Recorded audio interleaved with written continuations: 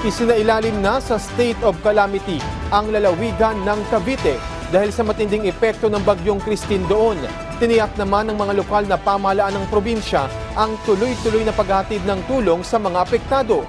Yan ang balitang pambansa ni Mela Lesmoras ng PTV. Live. Mela? Alan, maaraw na ang panahon ngayon dito sa ating lugar nga dito sa may lumang Kapitolyo sa 13 Martires sa Cavite. Pero may mga bayan pa rin na baha hanggang ngayon at tuloy-tuloy naman ang pagtulong ng mga otoridad sa mga apektadong residente. Sa ating pag-ikot kanina, partikular na sa bahagi ng bayan ng Kawit, lubog pa rin sa baha ang ilang lugar. Bagamat kumpara kahapon, maaraw na nga ang panahon ngayon. Ayon sa mga residenteng ating nakausap, isa talaga sa mga catch basin ng probinsya ang Kawit. Kaya't sanay na sila sa ganitong sitwasyon pero mahirap pa rin talaga kapag nababaha. Ang mga otoridad tuloy-tuloy naman ang paghahatid ng tulong. Sa ngayon, nakasailalim na sa state of calamity ang buong probinsya ng Cavite dahil sa tindi ng idinulot ng bagyong Christine. Ang mga lokal na opisyal tuloy-tuloy naman ang mahigpit na monitoring dito at pagbibigay ng ayuda. Pakinggan natin ang bahagi ng pahayag ng ating mga nakapanayam.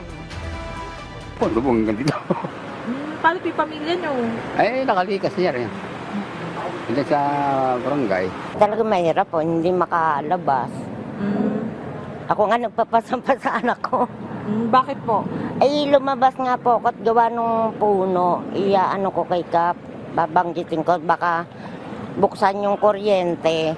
O baka magkakuryente, may madisgrasya. Bibigay tayo ng moral support, saka yung pagkain. Sana lang, kung may bagyong susunod, di naman may iwasan kasi tagulan ngayon, bagyuhan. Sana naman hindi tumapat sa high tide para hindi namin naaranasan yung ganito.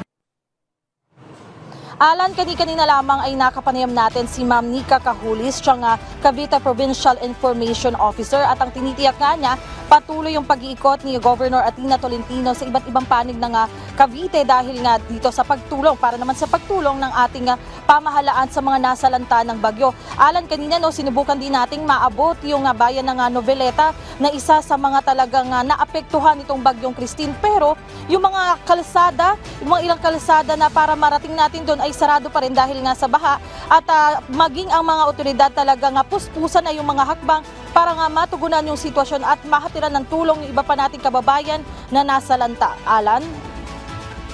Maraming salamat at ingat kayo dyan, Mela Lesmoras.